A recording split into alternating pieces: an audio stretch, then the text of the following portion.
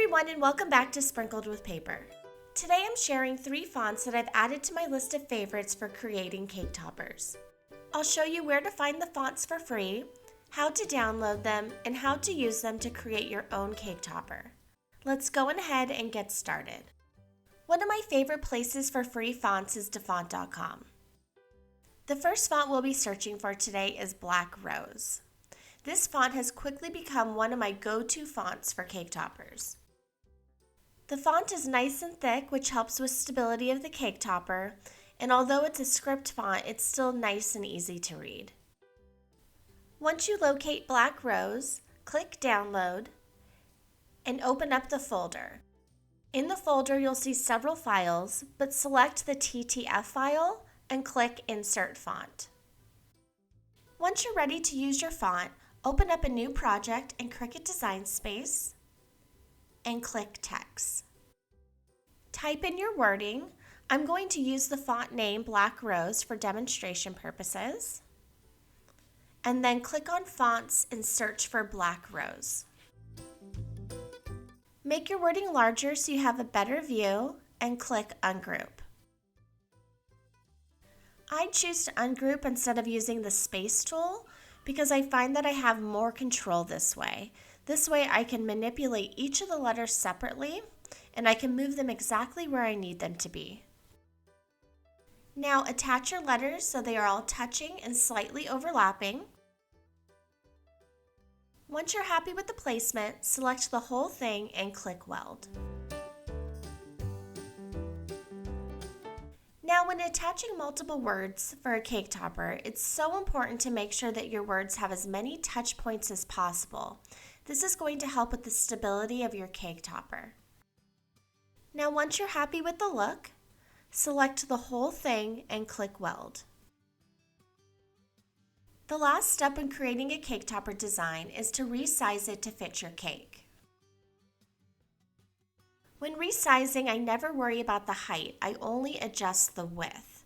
I want to make sure that my cake topper isn't too small for the cake, but then I also don't want it hanging over the sides. So I typically make it 1 to 2 inches smaller than the width of my cake.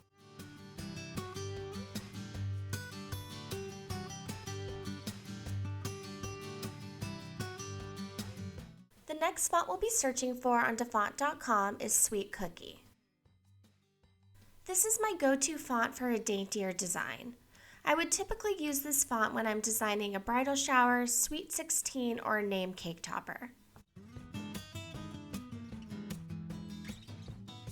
Just like before, we're going to ungroup the letters and we're going to make sure that each of the letters is touching and slightly overlapping. When working with thinner fonts, I make sure to place my letters as close together as possible. By minimizing the space between the letters, I'm maximizing the sturdiness of my cake topper. Once the letters of the word cookie are welded, you'll notice that we have a little floating dot above the I. To take care of this, we're going to select a circle from the Shapes tab, and we're going to position it over the dot. We'll highlight the word and the circle and click Slice.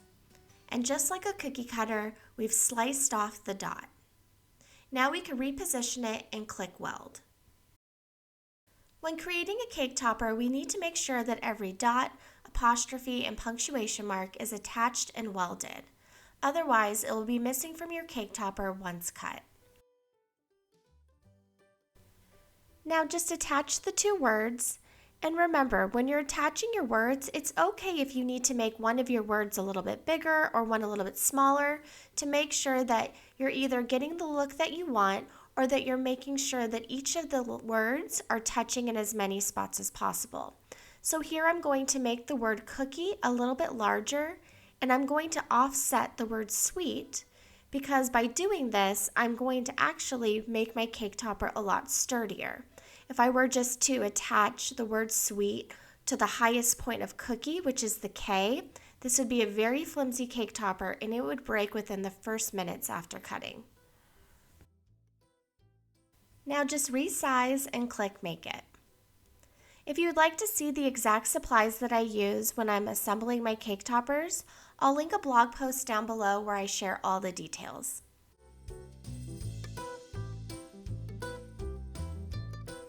last font we'll be downloading from dafont.com is Dolly Script. I absolutely love this font. It has kind of a retro feel, it's nice and thick, and it cuts really well with the Cricut. And a little fun fact about this font is that if you're designing a Barbie cake topper, this is definitely the font you would want to use. So before moving on to Dolly Script, I just want to give you a little example here on why not all fonts work for every letter. So here we have the word Dolly Script in the font Sweet Cookie. And the problem here is that the D wouldn't work for this font because the line of the D isn't attached to the top or the bottom of the curve of the D. So when you would go to cut it, that line would be cut off and you'd be left with a backwards C. So that's why you would either need to find a way to attach the line to the curve of the D or just use a different font for that letter. And now when we switch the font to Dolly Script, the line will be attached to the curve of the D, so when we go to cut, it will actually look like a D instead of a backwards C. And now, like before, we're going to ungroup our letters. We're going to reposition them so they are touching and slightly overlapping. And we're going to take care of the little dots above our eyes.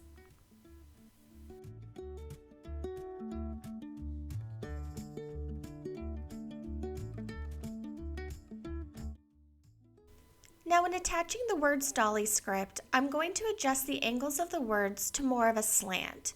So to do this, I'm just going to click on the right-hand corner of the word where you'll see a little circle with an arrow.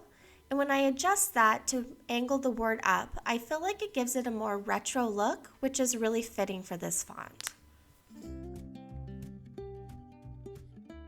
To complete your cake topper, just highlight both words, click Weld, and adjust the size. I hope you found this video helpful. If you have any questions regarding cake topper designs, please leave them down in the comments below.